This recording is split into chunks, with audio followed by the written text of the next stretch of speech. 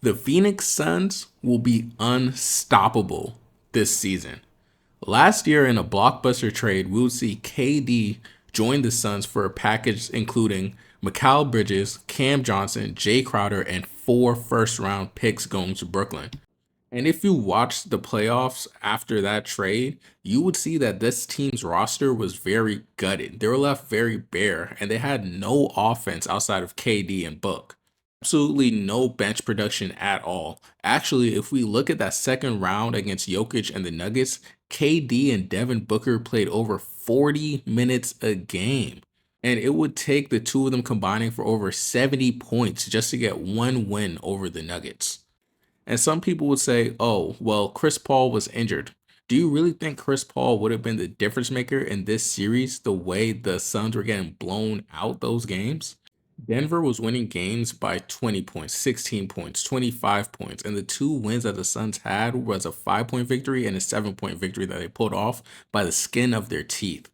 So obviously, there's more to the issue than just having an older and more injury prone Chris Paul. And the problem itself isn't just the bench and the lack of help outside of KD and Booker.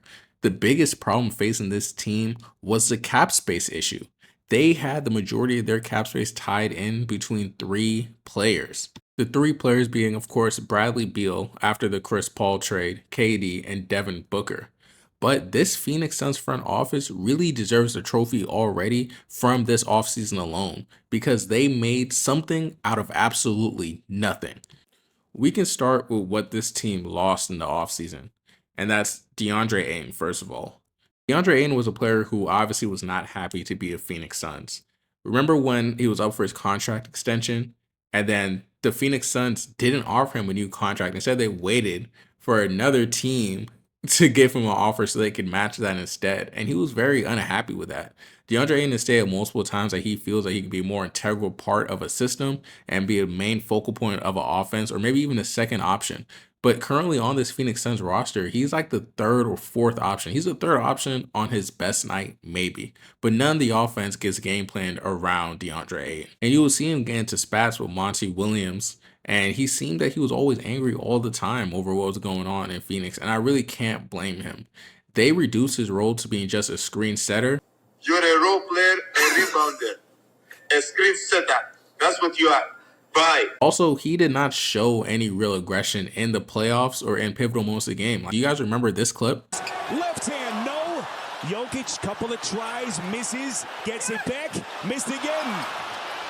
You can't tell me that you want to be a number 1 option and number 2 option, but give me this type of effort. And of course, they lost Chris Paul. He was sent over to the Wizards before then going over to the Warriors. And honestly, I don't think they lost a lot. Chris Paul is very, very injury prone. We have not seen him play a full playoff series with his team. And I don't know if we've ever seen Chris Paul healthy throughout a complete playoffs. He always gets injured, then his team goes down.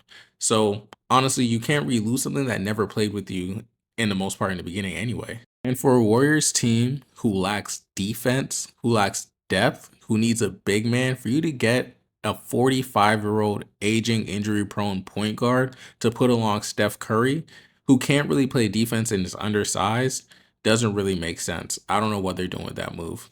But I think the Suns improved, of course, by getting Bradley Beal. And of course, they lost whatever resemblance of a bench unit they had. And Darius Bazley, Bismack Biyombo, Cameron Payne, who's now a Milwaukee Buck, Landry Shamet, and TJ Warren. And they pulled off some great trades and gained a massive haul in return. The biggest names, of course, include Bradley Beal and Yusuf Nurkic. And Yusuf is a big upgrade over DeAndre Ayton because when you're losing the toxicity and then you're picking up a guy who averages 9 rebounds and about 14 points a game, and he also shoots a respectable percentage from the 3-point line. And then you also gained a real bench with solid young role players like Bol, who I still have a lot of faith in, and I think he can really grow within this system. Yuta Watanabe, who was the best corner 3-point shooter in the league last year, and at one point he was shooting almost 73% from corner threes. Grayson Allen, Eric Gordon, Nasir Little, Keita Bates-Diop, who has a great offensive game when he was on the Spurs. I remember him giving my Lakers 30. So their main problem, they completely fixed. This is a completely stacked team, a good roster, and they're very deep. The only team as deep or deeper than them in the West currently is maybe you could say the Lakers, or maybe I'm just biased. But you have a lot of guys who can produce offensively and defend at a good level. The only hesitation I have with this team is the playmaking. Because really, you have two shooting guards out there in Beal and Booker. Yeah, both of them averaged about 5 assists a game, which is not terrible, but these are not guys known for a playmaking ability or being able to set up their teammates and have them in the best position. But they do have two of the best isolation scorers in Booker and KD. So if there's anybody I want playing ISO ball, it's Book and KD. But when it comes to your bench unit, who's going to be running the point for your bench unit?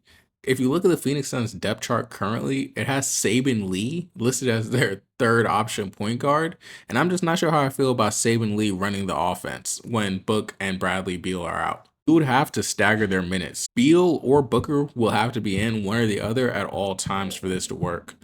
Because I feel like what's the point of having great and capable role players like Utah, Grayson Allen, Keita, if you don't have a primary playmaker who can distribute the ball to get these guys effective? But overall, I'm really impressed by how this roster was overhauled. And I think this is definitely a conference finals team at the bare minimum. And this definitely has the bones of a championship roster. Let me know what you guys think. Comment below, like, subscribe.